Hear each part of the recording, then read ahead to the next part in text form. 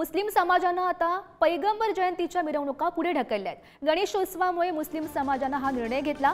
पैगंबर जयंतीच्या मिरवणुका 16 ऐवजी आता मुंबईमध्ये 18 सप्टेंबरला निघणार आहे। माहीम दर्ग्यानं आता मोहम्मद अली रोडवरील लाऊंज शामियाना सुद्धा रद्द केल्याचं पाहायला मिळत आहे। गणेश विसर्जन मिरवणुकीमध्ये अडथळा टाळण्यासाठी ही समंजस भूमिका घेण्यात आली आहे। सांगलीमध्ये 19 सप्टेंबरला पैगंबर जयंतीच्या मिरवणुका निघतील। मुंबईतील मुस्लिम समाजाचा हा कौतुकास्पद निर्णय पाहायला मिळतोय। नाशिकमध्ये 16 तारखेला पैगंबर जयंती साजरी होणार आहे।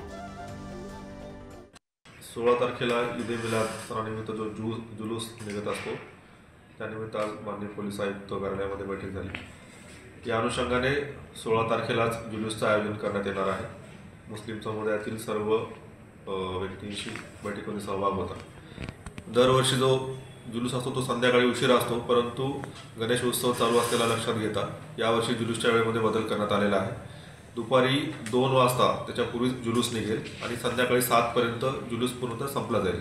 और शहर के जिम्मेदारान की मौजूदगी में जुलूस ईद मिलादुन्नबी सल्लल्लाहु अलैहि वसल्लम की एक मीटिंग मुनक़िद की गई, जिसमें मुत्तफ़िक़ा तौर पर 16 तारीख बरोज़ पीर बाद नमाज ज़ुहर ठीक 2 बजे बमकाम चौक मंडी मोहल्ले से जुलूस ईद मिलादुन्नबी सल्लल्लाहु अलैहि वसल्लम निकाला जाएगा। तर या संदर्भात अधिकची माहिती जाणून घेऊयात। आमचे प्रतिनिधी धनंजय दैवी सध्या आपल्या सोबत आहेत। धनंजय, आपण पाहतोय गणेशोत्सवाच्या पार्श्वभूमीवर हे एकोप्याचं दर्शन आता पाहायला मिळत आहे।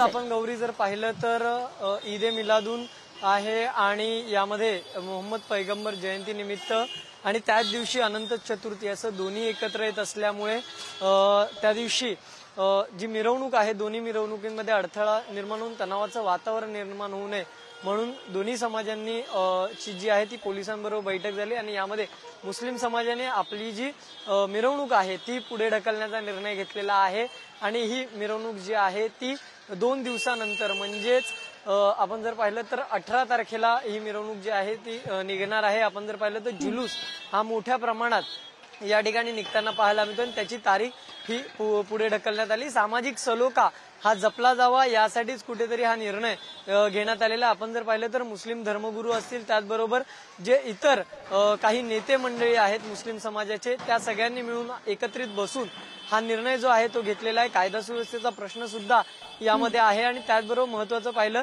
तर धुळे असेल मुंबई असेल या ठिकाणी हा सगळा जो निर्णय आहे तो घेण्यात आलेला आहे। त्याचबरोबर नाशिकमध्ये जर गौरी पाहिलं तर त्याच दिवशी विसर्जनाच्या 3 तास अगोदर ही मिरवणूक निघणार आहे। निर्णयाचं कौतुक केलं जात आहे। धन्यवाद दिलेल्या या माहितीसाठी।